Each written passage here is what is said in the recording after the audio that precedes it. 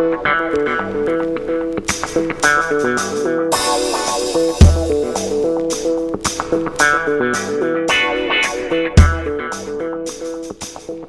marché de la cuisine fait partie du marché du meuble de manière plus générale. Il faut que vous sachiez que c'est un marché qui est en croissance régulière et structurelle depuis au moins une dizaine d'années. Et c'est un marché qui croît de l'ordre de 4 à 6% par an, de manière très régulière. Il y a une raison majeure à ça, c'est que ce qu'on appelle le taux de cuisine équipée, donc les ménages qui possèdent une cuisine équipée, est de l'ordre de 58% en France. Ce qui est, par rapport à d'autres marchés plus matures, je pense au Benelux, je pense à l'Allemagne en particulier, qui est faible. Dans ces pays-là, 90% des ménages possèdent une cuisine. Donc ça explique la forte croissance du marché qu'on connaît depuis une dizaine d'années. Et puis ce marché est aussi soutenu depuis 5 ans par l'immobilier, puisqu'en France, l'immobilier neuf fonctionne très bien, le nombre d'appartements ou d'habitations en général qui se vendent est en hausse, même s'il ralentit en ce moment. Et puis le taux de propriétaires est aussi en progression. Or, nos clients, ce sont des propriétaires. Donc on a encore aujourd'hui sur un marché de premier équipement en France, voilà, de manière importante. Donc on a un potentiel de croissance en fait qui est très important et qui est structurel. En période de crise, ce marché reste encore dynamique puisque les gens se replient un petit peu sur une sorte de cocooning. C'est un domaine qui bouge beaucoup, la cuisine. Il y a une évolution sur les hauteurs et sur les solutions ergonomiques. C'est-à-dire que de plus en plus, la cuisine s'adapte à la hauteur du client.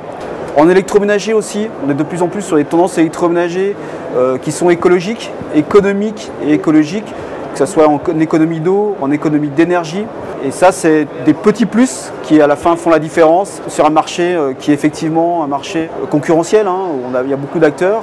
Le marché de la cuisine, en fait, est un marché qui, comme je le disais, en croissance et puis qui s'appuie en fait sur un goût de plus en plus répandu. Et on voit plein d'émissions de télé, qui tournent autour de la déco, puisque la cuisine, on est dans l'aménagement de la maison, donc dans la décoration. C'est un achat plaisir, une cuisine.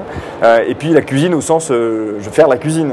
Et on voit aujourd'hui plein d'émissions qui tournent autour de ça. Et on peut dire que la cuisine, dans son ensemble, pour la partie déco et sur la partie culinaire, a vraiment le vent en poupe. La dynamique du marché engendrée par les émissions de télévision est profitable, je dirais, complètement à nos franchisés.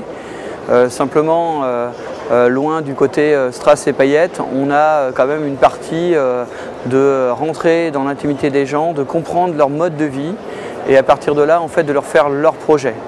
Simplement, en fait, cette dynamique, cette envie, quelque part, de rentrer dans un espace de bien-être. La cuisine n'est plus un espace, une pièce fonctionnelle, c'est devenu une pièce à vivre qui s'ouvre sur le salon, le living, le dressing. Ce métier, c'est quoi? C'est de la création, c'est de la décoration, c'est de la conception.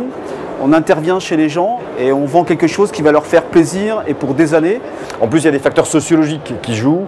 La durée de vie moyenne d'une cuisine, il y a encore quelques années, c'était 23 ans. C'est-à-dire qu'un ménage, en moyenne, gardait sa cuisine 23 ans. Aujourd'hui, pour plein de raisons, on change sa cuisine plus souvent. Et la durée de vie moyenne est de 15 ans. Alors ces raisons, c'est quoi? C'est on déménage parce qu'aujourd'hui, on déménage pour changer de job. On déménage parce que parfois la famille se recompose, etc. Donc il y a des facteurs socio-démographiques qui font que ça ne devient pas un bien de consommation courant. On n'achète pas une cuisine tous les ans. Mais voilà, la durée de vie d'une cuisine se raccourcit et c'est un marché de renouvellement plus fréquent. Oui, donc il y a de vraies perspectives.